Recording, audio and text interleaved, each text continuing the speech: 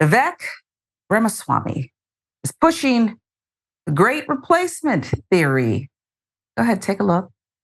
Terms. And here's my issue with all three of my other colleagues on this debate stage. Is all three of them have been licking Donald Trump's boots for years for money and endorsements. Ron DeSantis, you've been a great governor, but you would have never been one without actually begging Donald Trump for that endorsement. And you attacked him in your book a year ago. Same thing with Chris Christie as a lobbyist, begging them for COVID money for his special interests in New Jersey, prepping him for the debates last time around. These people are now Monday morning quarterbacking some decision he made. I think the real enemy is not Donald Trump. It's not even Joe Biden. It is the deep state that at least Donald Trump attempted to take on. And if you want somebody who's going to speak truth to power, then vote for somebody who's going to speak the truth to you. Why am I the only person on the stage, at least, who can say that January 6th now does look like it was an inside job? That the government lied to us for 20 years about Saudi Arabia's involvement in 9/11? That the great replacement theory is not some grand right-wing conspiracy theory, but a basic statement of the Democratic Party's platform. That the 2020 election was indeed stolen by big tech. That the 2016 election, the one that Trump won for sure, was also one that was stolen from him by the national security establishment that actually put up the Trump-Russia collusion hoax that they knew was false. There's a reason why I'm the only person on the stage who can say these things. That's what it's going to take, not people who are licking his boots one time and now Monday morning quarterbacking him and criticizing him when it's convenient. You know, for the first 32 seconds, just a rough guess, he might have been on to something. But then, there we go. There we go. Wired with the details, the outlet acknowledges how for months, GOP presidential candidate Vivek Ramaswamy has been dog-whistling extremist far-right ideologies and wild conspiracy theories. And then on Wednesday night at the fourth GOP presidential debate, Ramaswamy went all in. Boy, he didn't hold back. After blasting the three other debaters for turning on former President Donald Trump, Ramaswamy argued without evidence that the January 6th Capitol riot was an inside job. The 2020 presidential election was stolen. The government had lied about 9/11, and the deep state was responsible for all these things. Wired with the details. Then Ramaswamy claimed the great replacement theory is not some grand right-wing conspiracy theory, but a basic statement of the Democratic Party's platform. The great replacement theory is a widely debunked conspiracy. The liberal establishment, along with a cabal of global elites, is encouraging the immigration of people of color in order to replace white voters. Wired noting there was immediate celebration from white supremacists online. Yeah, so the dog whistle, okay? Who's your audience? Particularly white nationalist influencer Nick Fuentes, who was live streaming his reaction, appeared visibly shocked before gleefully telling his thousands of viewers, "Let's go," as Ramaswamy continued to spew out conspiracies. The clip of Fuentes' reaction was then reposted on X by Irish anti-Semitic and anti-immigrant influencer Keith O'Brien, known online as Keith Woods. O'Brien captioned his post, "Time to mainstream this discussion across the West." And as the post quickly racked up likes and shares, Ramaswamy's own official X account even reposted the tweet. O'Brien wrote on his Telegram channel, "Repost by Vivek. Very cool. We love Vivek." Ramaswamy subsequently deleted the post from his feed, but within minutes of Ramaswamy boosting the conspiracies, verified accounts on X and major far-right influencers on platforms like Telegram were celebrating. Vivek says all the right things. John Sable, QAnon promoter known as QAnon John, wrote on his Telegram channel. Jordan Sather, another QAnon influencer, claiming initial media reports of Ramaswamy spouting conspiracy theories proved that Vivek kicked ass on the debate stage last night. Ramaswamy did not immediately respond to requests for comment from Wired. Night before the debate, the candidate also boosted the conspiracy theory on X in a post calling the theory basic immigration policy for Democrats. Wired goes on to remind us that the once fringe theory, cited as a motive by multiple mass shooters in recent years, has been amplified, not only by online far-right influencers, but also mainstream right-wing figures like Tucker Carlson, who pushed the great replacement theory countless times on his former Fox News show. Hannah Gase, the senior researcher at the Southern Poverty Law Center, told Wired, quote, great replacement, just one of several iterations of racist white extinction theories that radical right actors have injected into American politics throughout the years. It's motivated far-right extremists to carry out acts of grotesque racial violence, whether in the United States or abroad.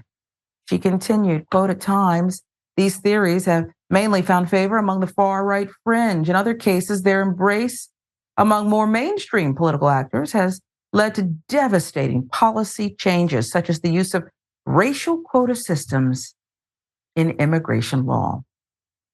Great replacement theory has also been used across Europe to justify the rise of authoritarian regimes, such as that of Viktor Orban, Hungary, recently cited as an excuse for the violent riots that engulfed Ireland's capital last month. Now, we know that there are people who drink this in. They do actually believe that this is the case. And then there are others who are worse. They're not gullible. They didn't grow up just being racist, okay? They are bright, devious, devilish minds. And they know that to stay relevant and to boost popularity, they just pull out their bag of tricks and they throw it out there. And that's what Ramaswamy, who has that lasting big smile as he does this really horrific evil work. It's evil work, okay? Calling out the worst in people's minds and putting them to work. He knows what he's doing. You agree with me, don't you, Ray? Oh, absolutely. I think that you hit the nail on the head precisely when it comes to what Vivek is trying to do. I mean, just his entire campaign has been filled with this sort of far-right dog whistling and giving the 4chan trolls exactly what they want to see in a presidential candidate. Thankfully, that's not a large enough contingent of the population to elect him president, but still concerning that he's able to do so on the national stage. Just as an example, his platform, he refers to it as the 10 Commandments, the first of which is God is real, which Vivek Ramaswamy, that raises some questions considering you're obviously trying to play into the Christian fascism in this country, but you aren't a Christian, Vivek. And then the second of which is there are only two genders. He knows exactly what he's doing. He knew exactly what he was doing that evening on the debate stage, but I wasn't surprised when he said it because, as I mentioned, this has been what his entire campaign is. And he's not the only one. The DeSantis campaign has also been not infiltrated, but supported by these same fringe right-wing hyper online elements. And you saw that come out a little bit when one of the workers for the DeSantis campaign posted a video, an edit of Ron DeSantis that featured Nazi symbols in it. And it is so scary that we live in a country where these people are, running for president. They're given this massive platform, although this debate was on Newsmax, it was on News Nation. So how massive the platform was, I'm not exactly sure. But, they're still, being given this platform. They're still able to present these horrific racist ideas to a captive audience. And we saw with people like Tucker Carlson, deplatforming worked. I almost never hear what he's doing anymore now that he doesn't have a Fox News show, now that he doesn't have his white supremacist power hour every evening being broadcast to millions of homes across the country. So I really think that that is the approach we need to take. And unfortunately, when the Republican Party is so saturated with these types of far right, racist, fascist elements that deplatforming becomes even more of a difficult and arduous task than it already was. Yeah. You just gave us a dissertation on this whole thing. And it would be different if this were a conspiracy theory without real injuries. Remember the movie Splash, 84, I believe it was? Mermaids. It was Daryl Hannah, correct? And this mythical creature, half human, half fish, there were many people, still today, who believe mermaids are real, and the government is keeping that from us. Okay. That to me is, that's what you want to believe it. Beautiful, right? Who doesn't want to swim away and then flop on land? I don't know. But it's a harmless conspiracy theory.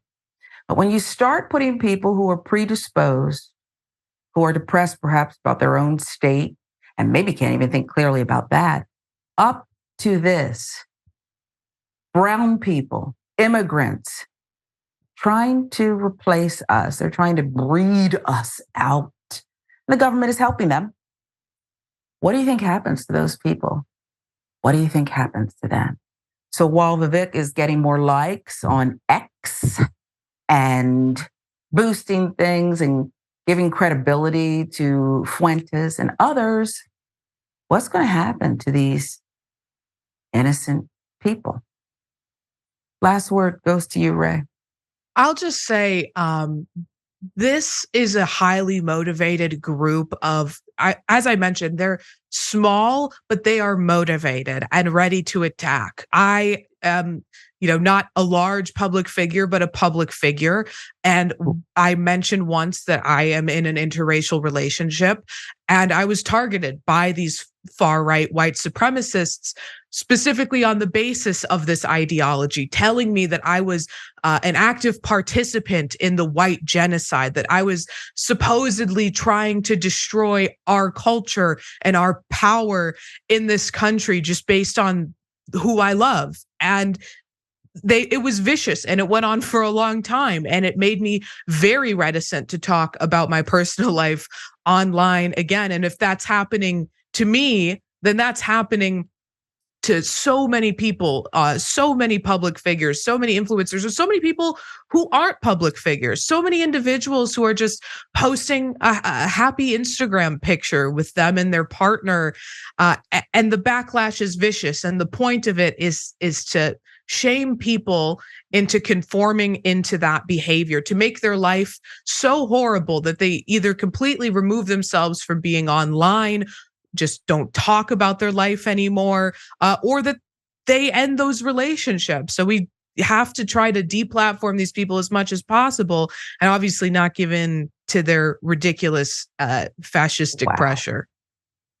You are brave, you're courageous, you speak truth, and you're right, because I don't know, you don't look much older than 17, but let's say it was a 17-year-old experiencing love for the first time outside of their race. They might capitulate and never be the same and think this is true. I have a responsibility to stay inside with my own, if you will. It's despicable. And so is Vivek. And he's just the latest. Let's face it, there's always going to be somebody else who takes hold of this and pushes it for their own personal gain.